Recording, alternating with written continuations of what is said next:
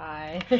So good day. It's a pleasure to be with you all today, and I'm so sorry I can't be with you in person or even live via Skype to see your expressions, know who you are, but I am honored that you asked me to speak with you today. So I have been asked to talk a little bit about our perspectives as the climate justice movement in the United States around the intersection between climate change, climate justice, and capitalism. And so that's one of my favorite topics. So, so thanks for asking about that. And I'll just spend the next few minutes just describing how we view this analysis around the roots of climate change really being in capitalism and how we see the changes that we need to make in order to transform society to a society that upholds all rights for all people, including earth rights. And so, yeah. And so I am, I assume there's been introductions made, but I'm Jacqui Patterson. I'm the Environmental and Climate Justice Director for the NAACP, which stands for the National Association for the Advancement of Colored People. It's a 107-year-old organization started in 1909, and was really rooted in civil rights, and continues to be. So we really have a civil and human rights frame to how we analyze how folks should be afforded the rights to all the basic needs of existence. And we see capitalism as a threat to those rights, or we see climate change as a threat to those rights, and I see capitalism as the root of that threat. And so, just to get started, as we all know, climate change is the result of reckless extraction and exploitation and commoditization of not only natural resources, but also people and their labor. So we see this happening historically, whether we're talking about the extraction of the slave trade, or the fact that folks left their countries to go to other countries, and we saw how this resulted in indigenous folks being driven from their land, being killed in these various wars and so forth, as folks sought various resources again in other lands. And we saw this happening, centuries ago, and it continues to this day. It just has become really modernized. And so, as we know, capitalism is predicated on the notion that there are winners and losers. Just in the very term capitalism, that's capitalizing on whatever in order for the gain of whomever. And so, in the context of climate change, unfortunately, it means that we're all going to be losers eventually. But now there's some who are losing more than others, and losing more quickly than others. So we see how our national in the United States and the global political systems are based on this notion of certain countries and certain individuals and corporations trying to amass as much wealth as they can, whether it's through reckless extraction of oil, gas, um, coal, and other minerals, gold and diamonds and so forth. And so we've seen that kind of over the course of time, which has resulted in various resource wars, even now wars over water and other types of resources.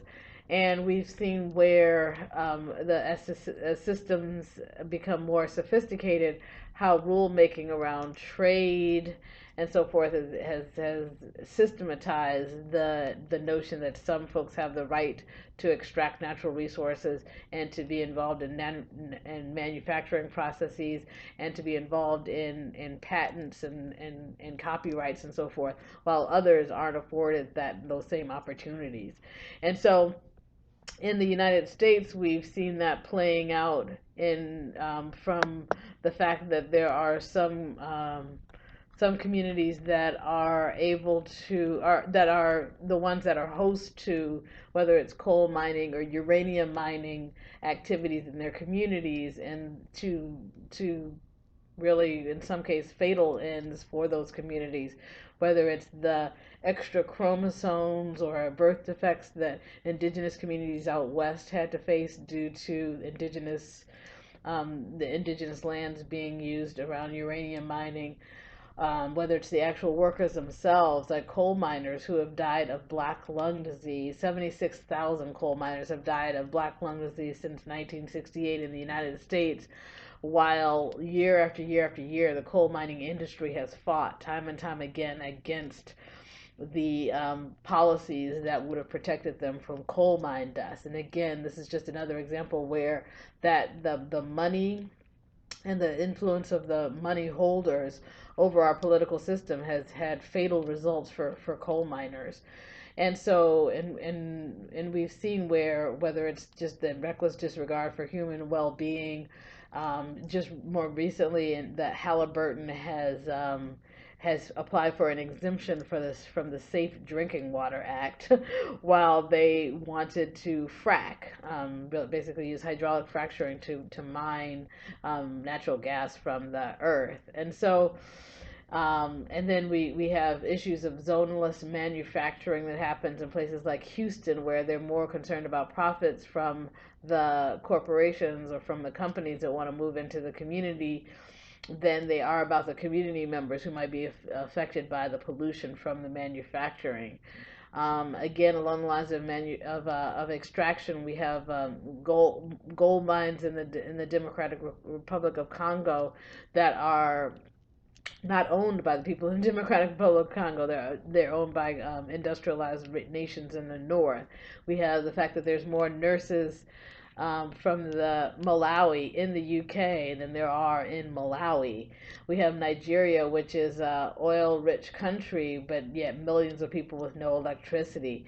Again, getting back to the United States, we have Navajo communities where the one Navajo community in the Four Corners region out west, they have 5 coal-fired power plants within a 50-mile radius of where they live. They have all the illnesses from that coal-fired power plant and its various pollutants.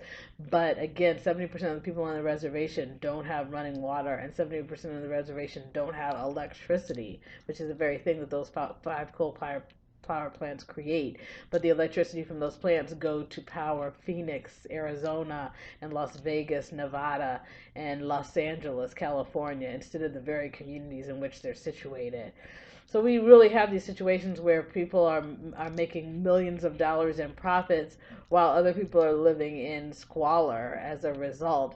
And these same extractive practices are the practices that are driving climate change. So whether it is the fact that instead of people manufacturing goods and using them where they are, they're being shipped all over or trucked all over, and the pollution that comes from the transportation, or it's the fact that we're mining out, oil or coal, and the extraction process and the burning of these fuels are also polluting our atmosphere, which is driving climate change.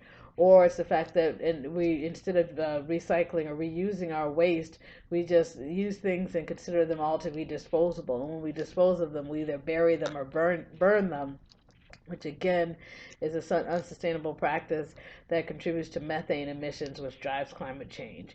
In industrialized nations with such a meat-heavy culture, and again wanting to do it in the cheapest way possible, we have these large factory farms which are emitting methane, which again is a major driver of climate change. So example after example of excesses, of reckless extraction, of unsafe processing, and so forth, that are driving our situation in terms of climate change. So we have these untold disasters right now. We have a disaster unfolding in South Carolina, as you may have heard on the news.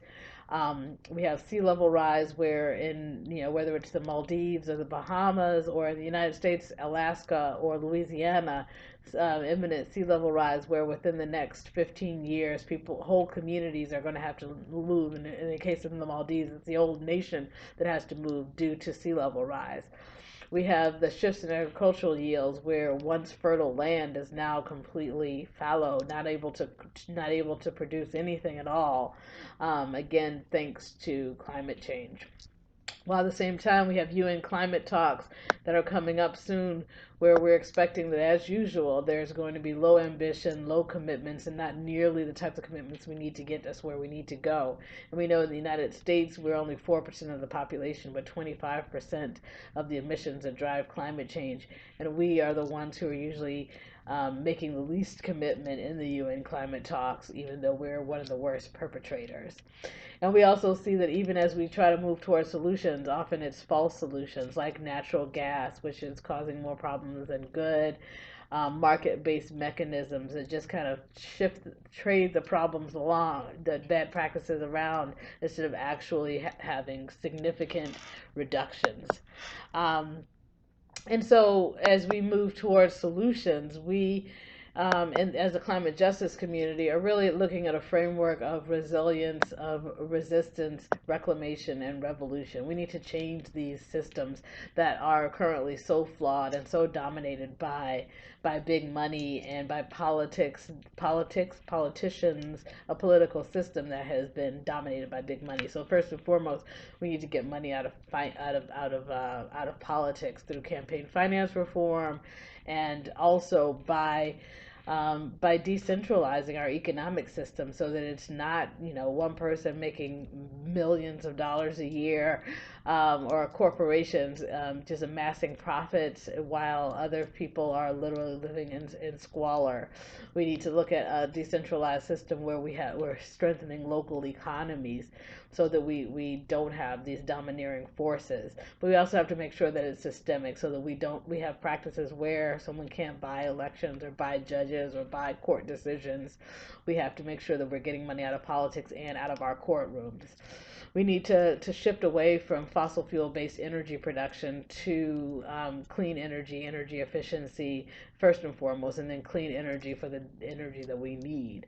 We need to shift away from burying or burning our waste and move to recycling, 75% diversion, or at least, but hopefully zero waste initiatives, because it's possible to recover, reuse, and recycle almost anything that we put into our refuse piles. We need to look at making sure that there's regulations around pollution so we don't have the rampant pollution that's happening now. We need to move from factory farms and from food being shipped hither and yon to actually producing our food locally. We need to look at other types of local manufacturing so we're not shipping goods and food and so forth all over when there's so much that we can produce locally, both to strengthen local economies and to reduce the amount of transportation. And speaking of transportation, we also need to have transportation equity so that everyone has access to going where they need to go, even though we want people to have to go fewer places. But looking at mass transit so that folks can do it without traveling in individual cars, but just really looking at principles of equity. And the list goes on, but basically, overall, we need to look at sustainable practices, sustainable communities that uplift all rights for all people and that are people led. Really looking at principles like the Jimenez principle, so that organizing is led by people who are often most affected by these challenges. So I am excited that we're reaching across the ocean talking about these issues. I hope that what I've said has resonated with you, and I definitely look forward to hopefully maybe even seeing some of you at the UN Climate Talks in Paris. Let me know if you're going to be there, because I would love for us to connect, because right now, just looking at my screen and not knowing who you are or where you are, well, I know where you are, but it would be good to actually to meet. And I hope this is the beginning of a relationship, and that we keep in touch. So thank you so much for being interested, and I look forward to hearing back from you. Okay, take care. Bye-bye.